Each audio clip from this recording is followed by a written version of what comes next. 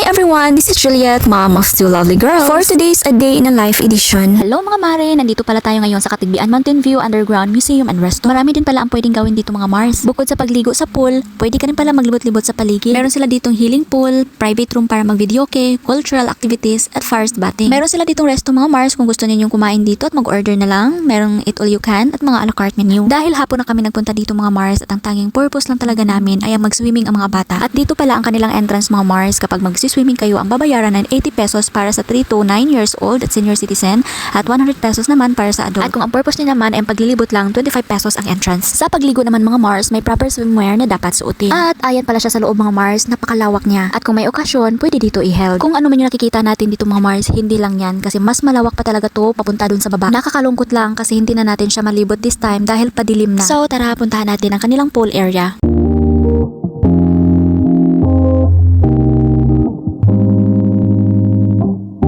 Ayan ang kanilang pool mga Mars at ayun naman sa dulo ang healing pool. Medyo malalim doon. Ito nasa malapit sa atin ang mababaw. Marami silang cottages dito mga Mars, depende kung ilan kayo. At ayan mga Mars, meron din silang stage dito. Parang pwede dyan maglagay ng banda, no?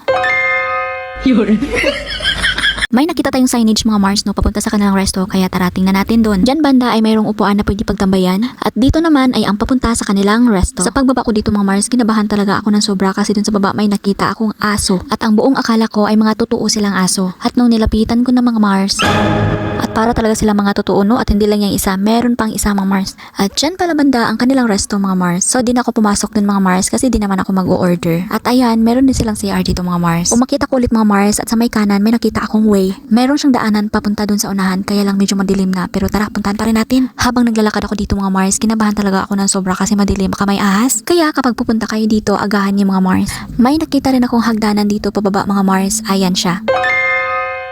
Pero tsaka na natin yung balikan mga Mars no, bababa tayo doon. Pero dito lang muna tayo sa may overlooking na view.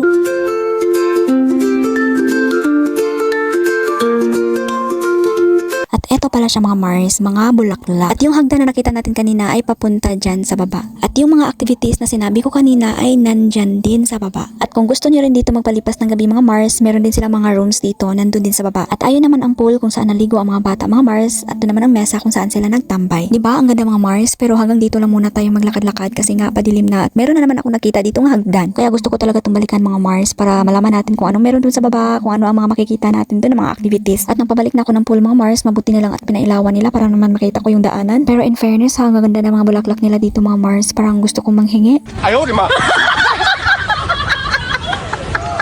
Kapalers na mukha, manghingi talaga. Binalikan ko ang mga bata mga Mars at ayan, tuwang-tuwa talaga sila sa pag-swimming. At yan din naman ang kanilang healing pool mga Mars. Mag-close pala sila dito 10 PM mga Mars, kaya uuwi na kami sa Hano Pool. At hanggang dito lang muna tayo mga Mars. Maraming salamat sa panonood. Till next video. Bye!